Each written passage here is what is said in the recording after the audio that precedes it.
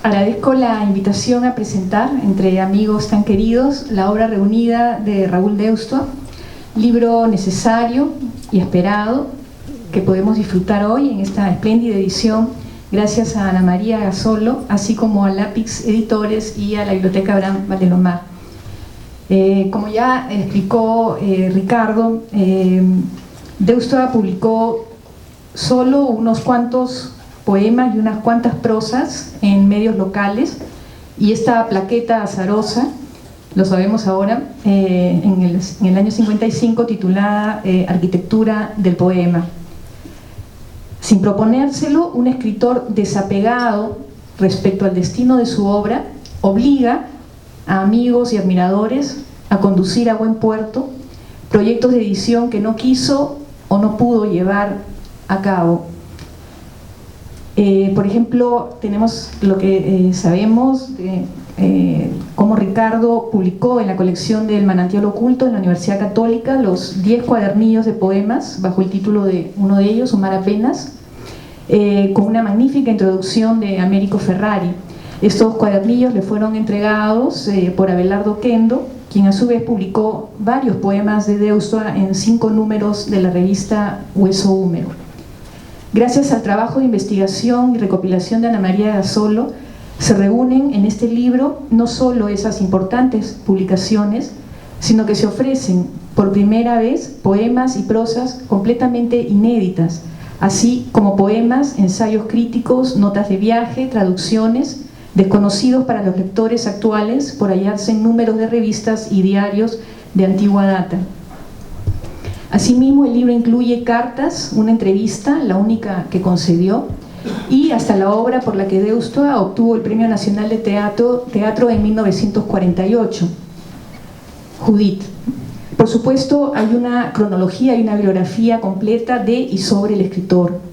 Entre estas páginas encontramos también retratos realizados por el gran fotógrafo Baldomero Pestana, y en la carátula la reproducción de una fantástica pintura de Fernando de Cislo, amigo y compañero de generación de Raúl Deustoa. Leer los poemas de Raúl Deustoa, incluidos en esos 10 cuadernillos, para empezar, nos procura una sensación de la que Ferrari y Gasolo dan cuenta. La sensación de que las palabras parecen brotar de alguna parte, que no puede identificarse con un específico yo y su circunstancia. Quizá ese inacible yo poético sea el que me lleva a sentir que las palabras están ahí para crear un espacio abierto en el centro mismo del poema. Un espacio que no es el vacío o la nada, sino más bien la emoción de la víspera, de algo que empezará a colmarse o a ocurrir gracias a nuestra propia sustancia, a nuestra mirada de lectores, como sucede con las notas de las partituras, cuyos destinos dependen del ejecutante tanto como del compositor, o quizá más. Me pasa, leyendo esos poemas, que comienzo a separarme suavemente de ellos y voy asociando por mi cuenta, como si estuviese soñando. No es mi sueño completamente, porque se apoya en las palabras ofrecidas, pero lo hace de una manera tenue. Si fijo demasiado la atención en tal o cual imagen en particular, podría despertarme, romper ese hechizo, esa musicalidad, esa sugestión en la que oscuridad y luz son una misma experiencia. Debo avanzar con sigilo, de puntillas, sin presión, como sobre un hilo de araña. Cada vez que sentimos que un verso empieza a afirmar algo, ese algo se detiene, da una vuelta en redondo, nos deja plantados en el estupor. Quizá de esa manera Deustoa quiera transmitirnos el estupor de estar vivos, el estupor de saber que no lo estaremos por mucho tiempo, el estupor de no hallar respuestas a las inmensas preguntas celestes. El poema deustuano actúa la perplejidad. Es una actuación a sabiendas. Leamos, si no, este pequeño texto que forma parte de un texto mayor suyo titulado Los poetas opinan sobre poesía. Ahí dice: fórmula para un poema. Ante un objeto cualquiera, despojarse de todo lo accidental, preparar la máquina de escribir o la pluma fuente mientras se piensa en lo que limita el objeto, aire, mar, cielo, color o movimiento. Luego, buscar la palabra hilo, que al final puede suprimirse o cambiarse por inútil ya. Hacer ilegible el objeto en el recuerdo y crearle con las palabras sus límites nuevos. El resultado es, hasta cierto punto, obra del azar. Y aunque no reconozcamos al objeto primitivo, tendremos con nosotros uno nuevo y mejor, pues su materia será imponderable y poética. Sería interesante analizar la poética de Deustoa a la luz de sus dos brillantes ensayos críticos sobre la poesía de José María Eguren. Pues cuando leemos esos ensayos no podemos dejar de pensar que está hablando también de su propia poesía. Cuando dice allí que los poetas simbolistas, incluido Eguren, a diferencia de los románticos, eluden las anécdotas, las efusiones sentimentales, en favor de la pura materia fónica, la musicalidad, sentimos su admiración, pues para él vaciar a los versos de anécdotas concretas o sentimentales y empujarlos hacia su materia sonora es llevar al poema a una dimensión incorruptible, a la eternidad inagotable, imponderable del símbolo. Sin embargo, entre esos mares y desiertos del corazón humano, el poema nunca se entrega, permanece siempre elusivo. Cito: estar junto al mar como una piedra azogada, vertical, rota y tambaleante, lleno de la plenitud del misterio, pero listo a la huida como un monje más o una trunca columna de cenizas y restos de papeles violáceos y turbios. Estéticamente afines a estas dos obras poéticas, Arquitectura del Poema y Nueva York de Canto, serían los retratos verbales de artistas amigos, Sologuren, Eyelson, Salazar Bondi y Cislo. En estas breves prosas, Deustoa nos recuerda al Martín Adán de la Casa de Cartón, con sus insólitas asociaciones de ideas, su collage de imágenes disímiles, pero que por contacto o contigüidad precisamente consiguen dibujar el cuerpo, el alma y aún la obra del retratado, como en el cubismo sintético en el que Braque y Picasso conseguían formar figuras con distintos objetos, periódicos, naipes y etiquetas.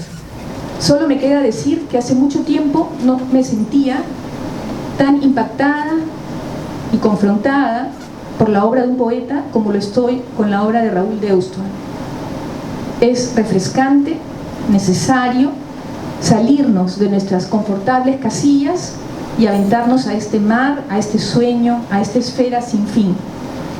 Y le agradezco a Ana María por invitarme a transitar por la obra de este creador profundo, reverberante, maravillosamente insumiso.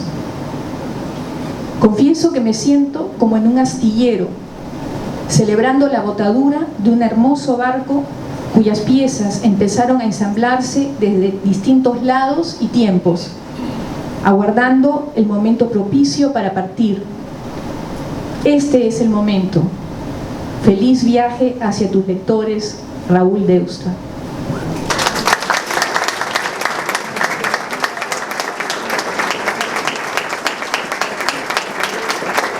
Muchos recuerdos en torno a cómo se ha ido gestando esta publicación. Esos recuerdos vienen desde muy atrás, ya no me acuerdo exactamente cuántos años. Sí, tal vez el punto de partida es la publicación que hace Ricardo en El Manantial Oculto, que me produce a mí un deslumbramiento también, la publicación de Un mar apenas. Luego, cuando supe que iba a lanzarme a hacer un doctorado, no tuve ninguna duda en escoger la obra de Deustoa para trabajar sobre ella en mi tesis de doctorado. Entonces, llevo años hablándole a la gente que me conoce, a mis amigos, a mi familia, que ya debe estar harto de oírme decir lo mismo, pero en fin, llevo años obsesionada, quizás, ¿no?, con esta obra. Y en cierta forma, diría que buena parte de ella me ha ido llegando por distintas vías. Quiero recordar a la representación de Judith y trataba de recordar el nombre de la actriz. En un principio yo tengo fijado en la memoria que no lo recordaba y estuvimos dando vueltas con los datos que él me daba hasta que llegamos al nombre. Y luego de eso seguí hablando del tema, le hablo a una amiga que está aquí presente, a Elba, le digo, la obra es inhallable, la obra nunca se publicó, y resulta que la puso en escena Ofelia Voloshin. Y estábamos en una librería, ella ni siquiera me dijo nada, de pronto la vi hablando por teléfono, marcó un número y hablaba con la hija de Ofelia Voloshin. De allí surgió la posibilidad de acceder a unas copias a mimeógrafo que estaban en el archivo de Ofelia Voloshin y a unas cartas que Raúl Deustua le había enviado durante el periodo del ensayo de la obra en el año 1964. El rescate de la pieza resulta de una confrontación, ¿no?, de 3 copias. La revista Mar del Sur había publicado el mismo año en que Deustua gana el Premio Nacional de Teatro, en 1948, había publicado una escena anunciada como escena del acto tercero de Judith, pero comparando con el texto que yo tenía obtenido en este archivo, en realidad la escena pertenecía al acto segundo, entonces hubo que corregir esa referencia. Es una escena en la que participan Judith y Holofernes. Holofernes ya prácticamente no aparece en el acto final, en el acto tercero, porque ya ha sido matado por Judith. Yo quisiera decir que este trabajo, que me ha tomado unos años, es un trabajo que a veces me ha hecho sentir feliz cuando hallaba algo, satisfecha por el hallazgo, pero en muchos otros momentos me ha hecho sentir la sensación del fracaso.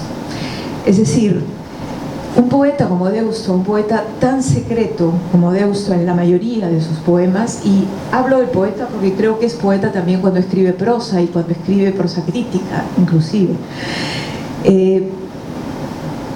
creo que desafía en cierta medida al lector, y yo me sentí desafiada cuando trabajaba en sus textos y llegaban momentos en que me parecía que no podía penetrar más allá de lo que ya había podido decir. Entonces sentía que este poeta estaba buscando un cómplice, y me explico. ¿Por qué un cómplice? Es muy raro encontrar a un poeta que cita a otro o que incluye un epígrafe que no ponga el nombre del autor de ese epígrafe o de ese fragmento citado. Varios de los poemas de Deustua tienen epígrafes sin referencia al autor. Entonces yo me preguntaba, ¿qué quiere de su lector Raúl Deustua? ¿Quiere que participe de la búsqueda? ¿Quiere que conozca a los poetas que él conoce? ¿Quiere que conozca los cuadros, las pinturas, las esculturas que están detrás, las obras arquitectónicas, las ruinas? Quiere que caminen con él, ¿no? Y yo he sentido que tenía que convertirme en una cómplice y en una intérprete por momentos.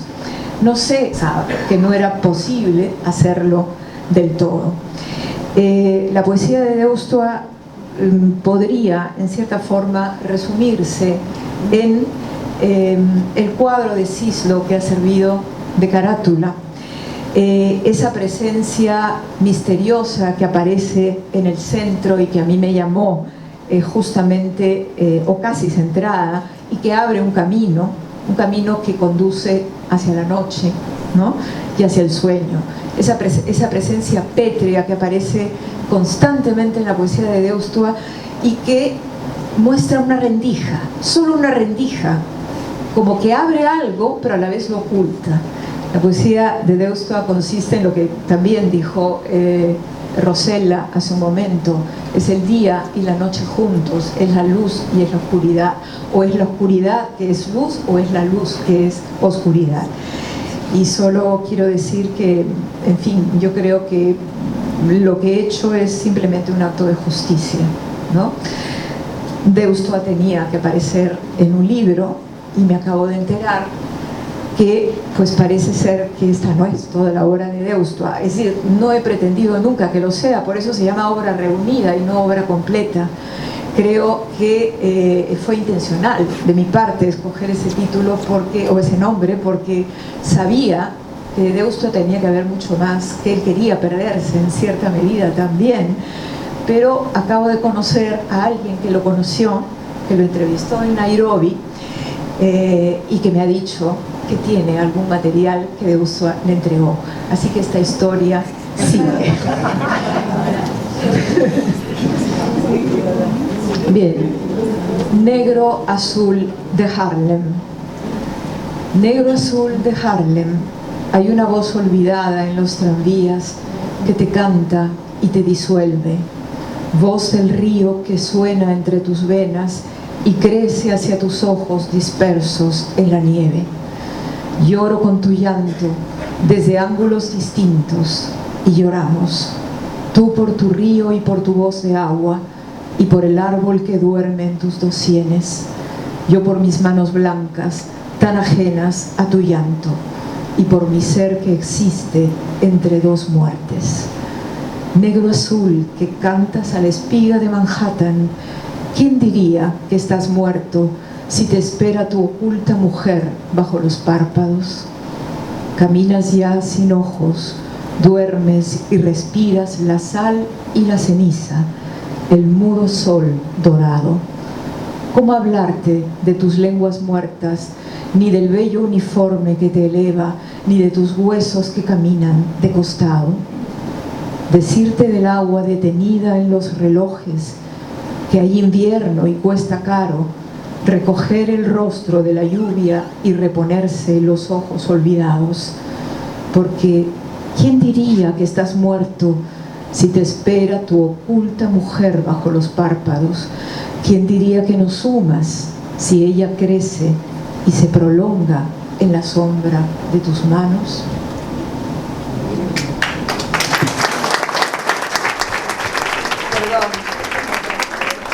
Sanar un horroroso error que no por eso olvido, pero no por eso deja de estar en mí. Lo primero que debía agradecer es a las editoriales, a los editores que me han ayudado muchísimo a sacar adelante este libro. Muchas gracias a Jorge Arroyo, a Eduardo Lores, a Lucho y también a Alberto Benavides. Muchas gracias.